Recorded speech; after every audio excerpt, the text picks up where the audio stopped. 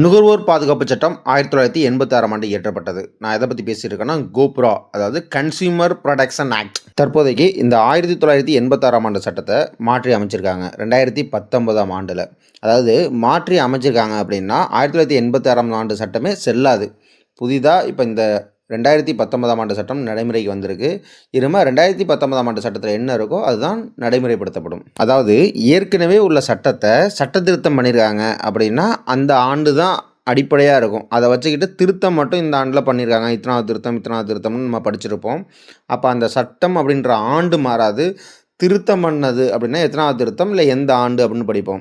இப்போ கோப்ராவை பொறுத்த வரைக்கும் 1986 இயற்றப்பட்டது. இது எப்படி ஞாபகம் வச்சுக்கலாம்? அதில் முதல் நம்பர் என்ன 19. அப்போ 2019ஆம் ஆண்டு இந்த சட்டத்தை மாற்றி அமைச்சிருக்காங்க. இரும நுகர்வோர் பாதுகாப்பு சட்டம் அப்படின்ட்டு ஆப்ஷனில் கொடுத்துருக்காங்கன்னா 1986 இல்லைன்னா நீங்கள் டைரெக்டாக 2019 அப்படின்னு இருக்குன்னா அதை நீங்கள் அடிச்சிடலாம். நுகர்வோர் அப்படின்னா யார்?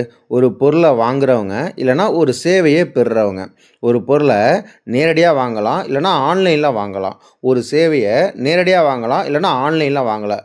இப்படி ஒரு பொருளையோ சேவையையோ வாங்குறவங்க பெறுறவங்க தான் யாருன்னா நுகர்வோர்.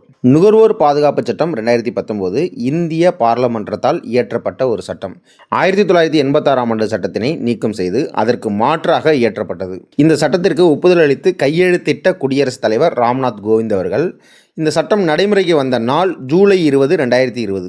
CTRC consumer disputes redressal commission. அதாவது ஒன்றும் இல்லை, நம்ம ஜிஎஸ்டியை பொறுத்த வரைக்கும் சென்ட்ரல் சிஜிஎஸ்டி, ஸ்டேட்னா எஸ்ஜிஎஸ்டி, அதுவே இன்டகிரேட்டட் அப்படின்னா ஐஜிஎஸ்டி அப்படின்னு படிக்கிறோம்ல, அதே மாதிரி தான் இந்த சிடிஆர்சிக்கு முன்னாடி என்எஸ்டி அப்படின்னு போட்டுங்க, நேஷ்னல் ஸ்டேட் டிஸ்ட்ரிக்ட், அவ்வளோதான், வேற ஒன்றும் இல்லை.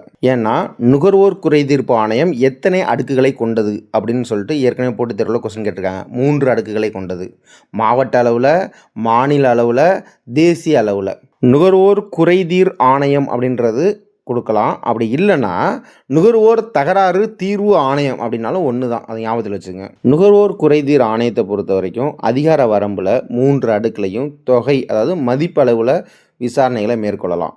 இதில் பழைய சட்டம் 1986 படி பார்த்திங்கன்னா மாவட்ட அளவில் 20 லட்ச ரூபா வரையிலான பொருட்கள் மீது இல்லை சேவைகள் மீது நுகர்வோர் வழக்குகள் தொடர்ந்து அதற்கான விசாரணையை மேற்கொள்ள முடியும். மாநில அளவில் 1 கோடி ரூபா மதிப்பு வரைக்கும், தேசிய அளவில் 1 கோடி ரூபாய்க்கு மேலே உள்ள பொருட்கள் மீது இல்லை சேவைகள் மீது வழக்கு தொடரலாம்.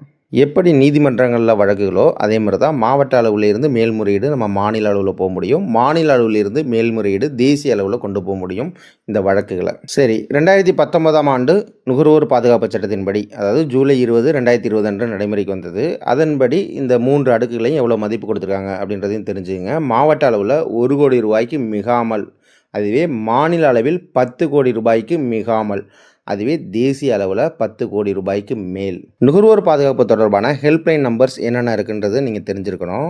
தமிழ்நாடு, அதாவது மாநில அளவில் 1967 அப்படின்றதான் நுகர்வோர் பாதுகாப்பு தொடர்பான ஹெல்ப்லைன் நம்பர்.